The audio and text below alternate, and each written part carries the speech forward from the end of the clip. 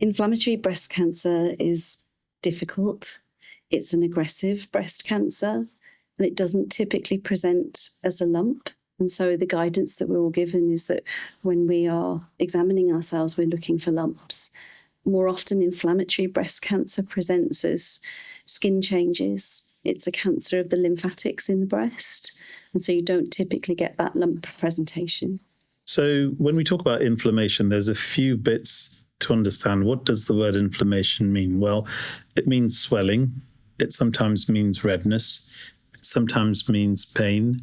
And it can be very difficult, as Naomi said, it can be a really difficult diagnosis to make. And often it may be mistaken for some sort of skin infection or more commonly mastitis. So not an uncommon presentation may be initially thought of as inflammation or infection of the breast. It's what we call a diagnosis that's made clinically. So it means that there isn't a biopsy test that will say this is an inflammatory breast cancer or this is not an inflammatory breast cancer. The diagnosis is really made by looking at that individual and taking a story.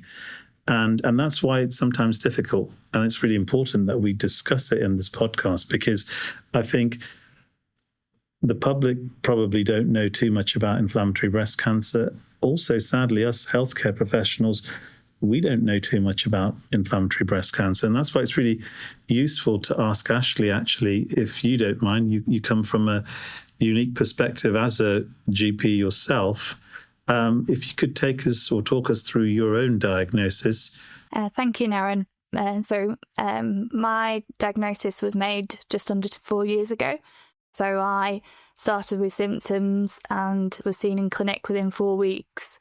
So I had redness, swelling underneath my breast, and it was progressive. So it really blew up my breast within weeks. So at diagnosis, my tumour was 13 centimetres in size. My whole breast had expanded like a massive rugby ball. And it had already gone underneath my arm, so my lymph node was enlarged, and my lymph nodes underneath my breastbone had already spread too as well. And what was the assessment? So roughly how old were you at that point, and what was the assessment in the breast clinic at that point? So I was diagnosed at age 32. My story is a bit more different than some people's. So I was actually seen in breast clinic 6 weeks prior for a different reason. So I had a little benign lump that was reassuring and all normal. So I had a normal ultrasound, and then my symptoms started 2 weeks later. So I was seen as a follow-up clinic at that 6 week mark. So 4 weeks after I started with inflammatory breast symptoms.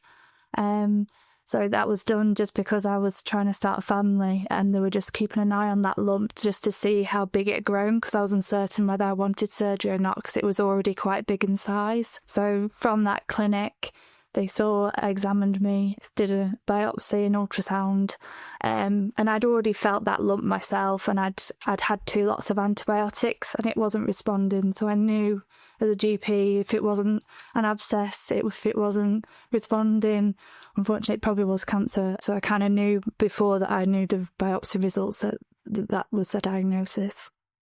And Naomi, you've also had inflammatory breast cancer. How were you diagnosed, or how did you find out?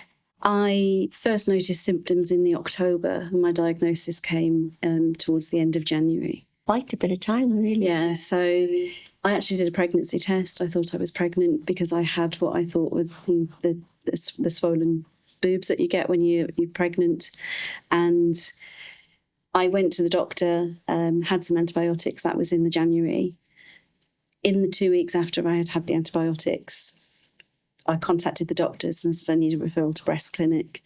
And by the time I walked into breast clinic and they took one look at me, they sent me for an ultrasound. And I actually said to the doctor there, I was like, I've got inflammatory breast cancer, haven't I? I knew at that point because the skin changes. So it's called peau d'orange, and it looks like the peel of an orange. And so you get that dimpling and that thickening that happens to the skin. And it's because the lymphatics are impacted. So it effectively kind of like almost like draws the breast in as it's swelling. So you get that puckering.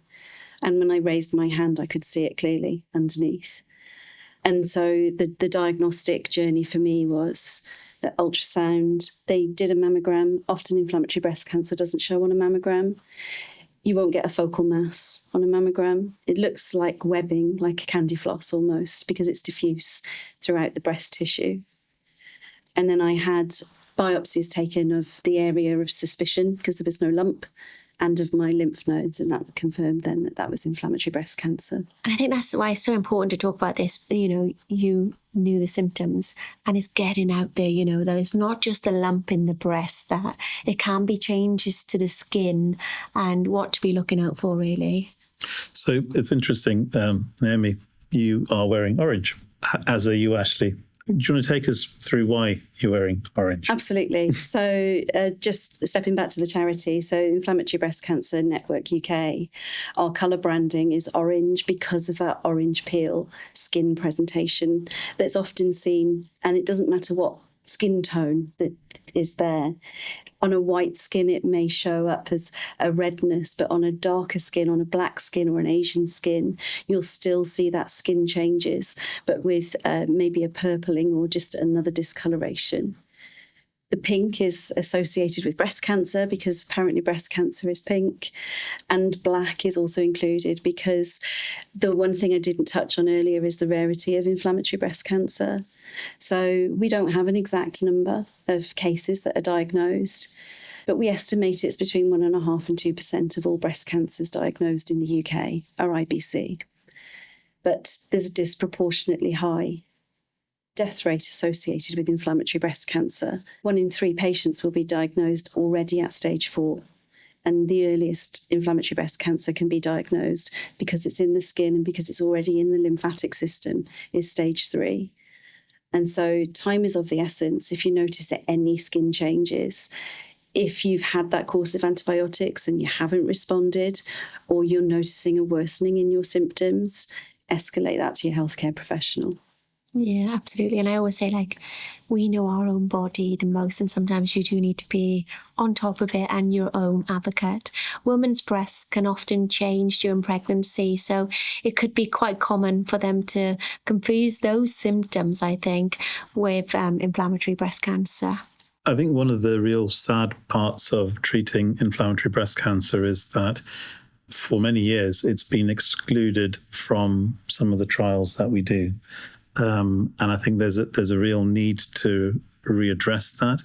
We were quite lucky in Birmingham in 2022 that we set up with Naomi, Ashley, IBC Networks, support the UK's only inflammatory breast cancer clinic. And we've been running that since May 2022. It's been excluded for far too long, and that there is an opportunity to understand it, learn about it with a view to trying to improve outcomes.